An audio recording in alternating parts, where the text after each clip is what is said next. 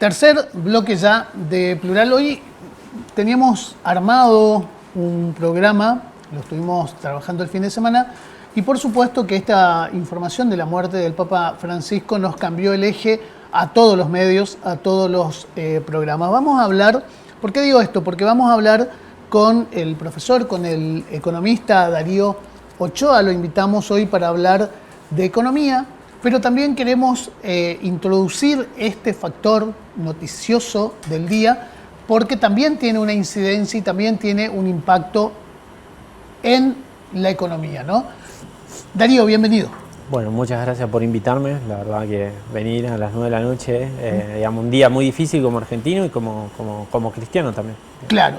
¿Qué lectura podemos hacer del impacto de esta muerte y la economía? ¿Podemos hacer Por supuesto que se puede establecer cuando uno conoce bastante historia y conoce bastante economía. Entonces, como las dos cosas van de la mano, digamos, Schumpeter decía que entender la economía sin historia era prácticamente imposible o era un ejercicio matemático, no se podía entender así. Entonces, cuando uno ve al Papa Francisco, ve no solo el fetiche del argentino más importante de la historia, sin lugar a dudas, para el mundo, por lo que significa dirigir hacia un atrás credo y hacia adelante. Yo creo que no, ojalá que sí, que se nos repita la oportunidad, pero la verdad es que haber alumbrado desde el fin del mundo a un personaje histórico de la talla y el peso de Francisco, en los términos en los cuales particularmente Francisco es electo, particularmente el momento de la transición en donde la Iglesia Católica, en los términos de una institución de 2000 años que conforma nuestra matriz cultural, ¿no? occidental, cristiano, implica un cambio con respecto a la historia que venía desarrollando la Iglesia, que venía combatiendo fuertemente al capitalismo, al comunismo entendido como el comunismo entendía a la religión como el opio de los pueblos, y dice, bueno, si no hay valores, si no hay trascendencia, si no hay nada, bueno, entonces toma.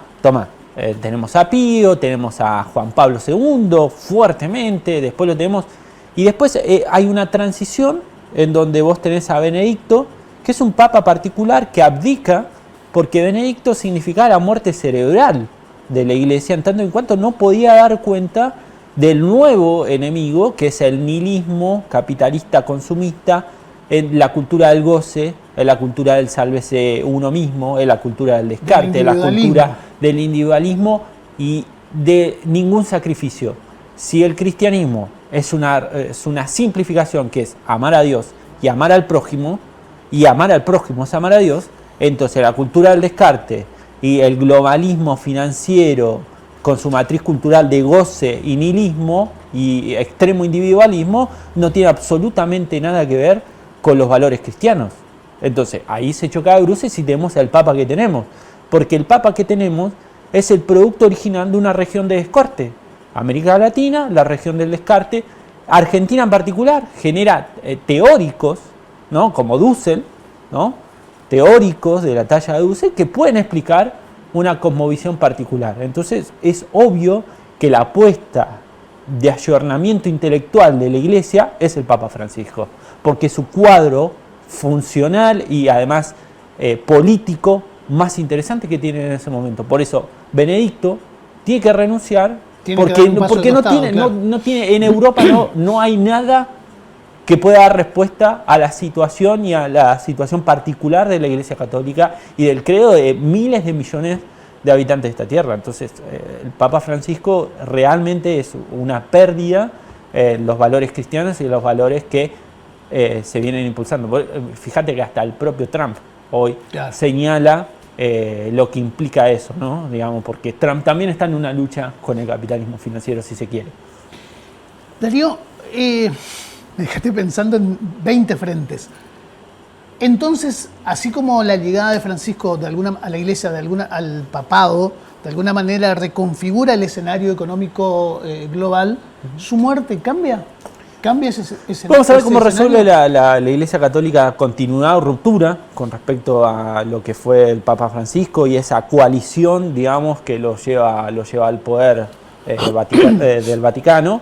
pero seguramente lo que tenemos hoy sigue esas disputas entre un globalismo financiero transnacional y espacios económicos que buscan producir para vivir y no vivir de la renta de la timba y de invertir en bonos y en cosas, que parece ser el aspecto perimido de la economía. Me parece que el capitalismo por desposesión, ¿no? El capitalismo financiero transnacional de desposesión sin creación, es eso lo que se busca. Sin generar nada. Es lo que se está viviendo. Si el globalismo es la libre circulación del capital financiero para generar desposesión en diferentes espacios económicos, para enriquecer una élite, bueno, a eso se lo combate. Y ahí estamos en ese claro oscuro de un mundo en donde no termina de definir qué potencia emerge, qué potencia declina. Dentro de la gran potencia tenés estas mismas disputas, dentro de Estados Unidos tenés estas disputas fuertes. Trump es un emergente de eso. Así que bueno, creo que la voz más diáfana era la voz del Papa Francisco, por su claridad, por ser meridiano, porque también tenía el compromiso de no estar atado a un Estado, sino a un credo de miles de millones. Entonces eso le daba una capacidad estadista singular, y que bueno, vamos a perder por un buen tiempo esa claridad, porque hasta que tengamos un nuevo Papa y se acomode, como todo, va a costar. Hasta ayer, sí, hasta antes de la muerte del Papa, ¿cuál era el escenario económico argentino? No, yo creo, a ver, en la materialidad concreta, un Papa no toma definiciones, pero sí en el largo plazo. Ahora, bien, en esa misma lógica de inserción internacional, yo creo que la Argentina vive en un gran casino de apuestas y bicicletas financieras que excluye, que rompe, que deja sin laburo, que margina, ¿no? Que margina, pero además todo en aras de la ganancia financiera rápida, en donde laburar no es una opción, ¿no? Laburar no es una opción, en donde todo el tiempo se está generando el odio hacia el otro, ¿no? La ruptura con el otro, los criptobros, toda esta gran fantasía de volverme rico y que un laburante es un gil, ¿no? Y que hay que volverse rico de la noche a la mañana con un libra. Está teniendo un impacto muy fuerte eso en las nuevas generaciones, ¿no es cierto? Por supuesto, algo de lo que hablaba el Papa, también la ludopatía. La ludopatía, que hoy lo vemos en cada celular, en cada chico, en donde trabajar no es una opción. Trabajar no es una opción. Rápido. Ser un influencer parece que influencer de cualquier cosa te autodefine, porque lo que te define es el goce. Si yo accedo al goce, yo soy. Si yo tengo, yo soy. Si yo no tengo, no soy nada. Entonces eso rompe la cultura del trabajo. Si te tenés que ganar la vida con el sudor de tu frente, pero si lo que te propone el capitalismo financiero transnacional es la cultura del hedonismo, no importa cómo hiciste la plata, lo único que importa es lo que vos tenés. Y si no tenés, no sos nada. Y si no tenés like, no sos nada. Entonces, ¿cuál es la existencia humana? Un montón de like y juntar guita. Bueno, eso es lo que eso es lo que combate el cristianismo, porque el cristianismo en todo caso, en el propio ejemplo de Jesús, es el sacrificio hacia el otro. El sacrificio hasta dar la vida por el otro. Entonces, me parece a mí que en lo profundo la Argentina está subsumida en una ideología mal llamada de mercado, en donde todo es timba. Hoy lo vemos con el dólar.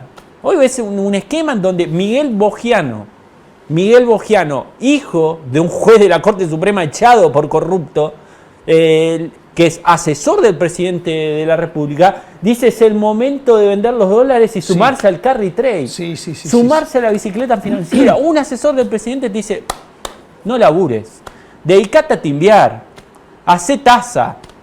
Vos lo ves, te ponés YouTube y invertí acá, la que te perdiste de ganar acá, la que con YPF, con este, con otro, invertí en tal plataforma, Nadie piensa en laburar, porque el laburar es para giles. Entonces, bueno, como es para giles, no vamos a laburar, nadie va a laburar. Ahora, ¿cuál es el contraejemplo?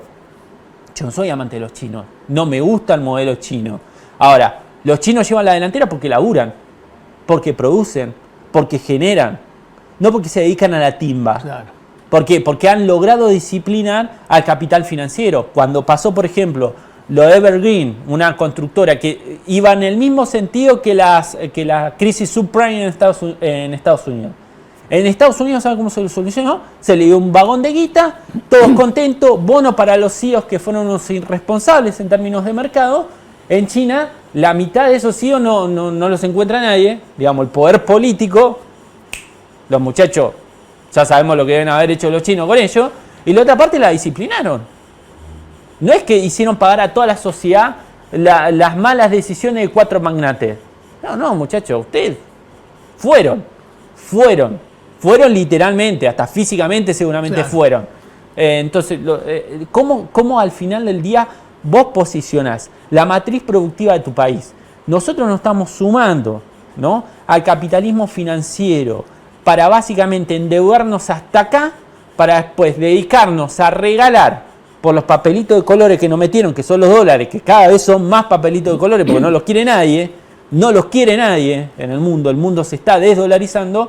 A nosotros nos encajaron 25 mil millones de dólares, que parecíamos el sketch de Capusotto cuando vienen los dólares, en un país que el plan económico de esta administración es terrible, es pésimo, tuvo una herencia muy complicada. La empeoró, en 15 meses se está pidiendo la escupidera al fondo. ¿Y sabes para qué lo hacen a todo esto? Todo esto, la timba y demás, porque es el mecanismo para llevarse los dólares y ponerte a vos en la condición de exportar lo que a ellos sí les interesa. Claro. ¿Qué es lo que les interesa a estos muchachos? Que vos saques tu materia prima, ¿está bien? Como buena colonia que tenés que ser, sacar tu materia prima y dárselas a ellos, con el menor valor agregado que sea posible. Entonces vamos a hacer el país que exporta...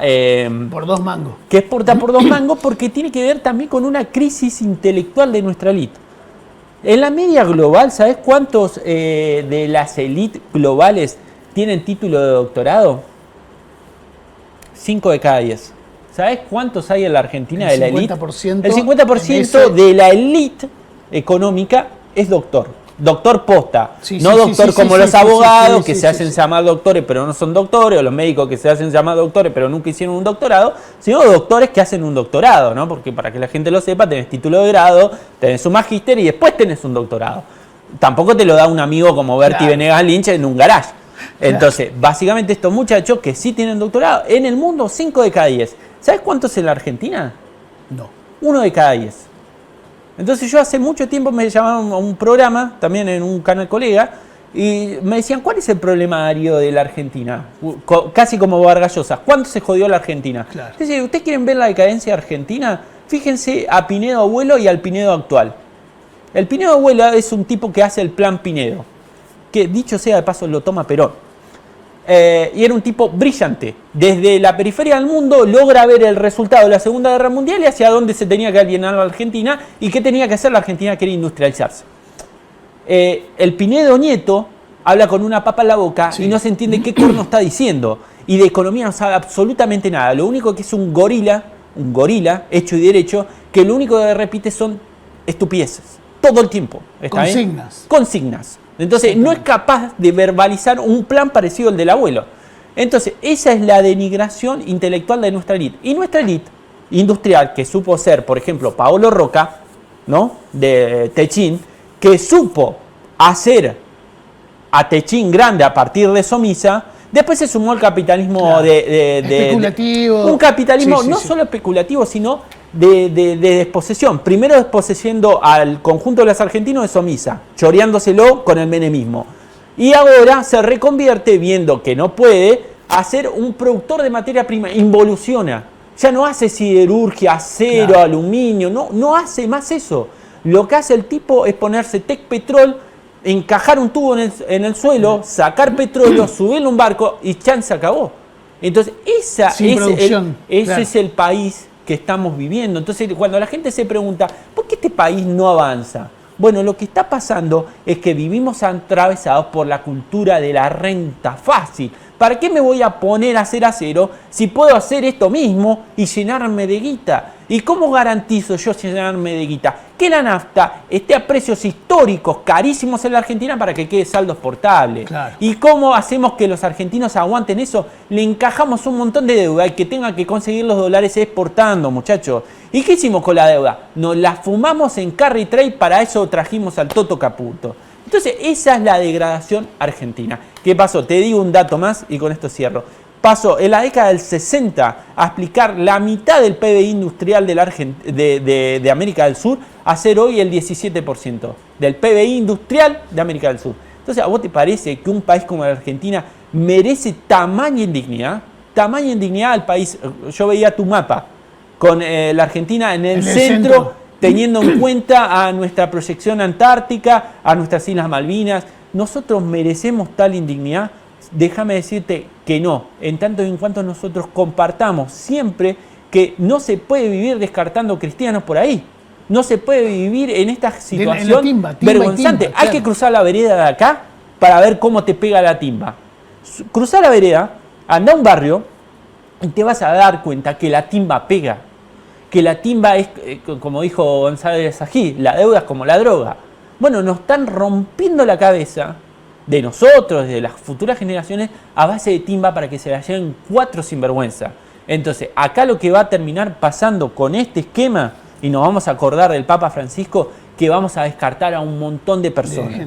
Entonces, después no se asombren y digan, qué barbaridad, qué pobreza que hay. Qué pobreza que hay cuando este modelo está garantizando una especulación financiera fantástica, fantástica. Darío, el tiempo. Bueno. Queda el compromiso para que vuelvas y pronto, porque quedan un montón de temas que aparte se dispararon otros montón de temas que no los tenía como para seguir charlando. En principio, muchísimas gracias. No, muchas gracias a ustedes por invitarme y bueno, que se repita.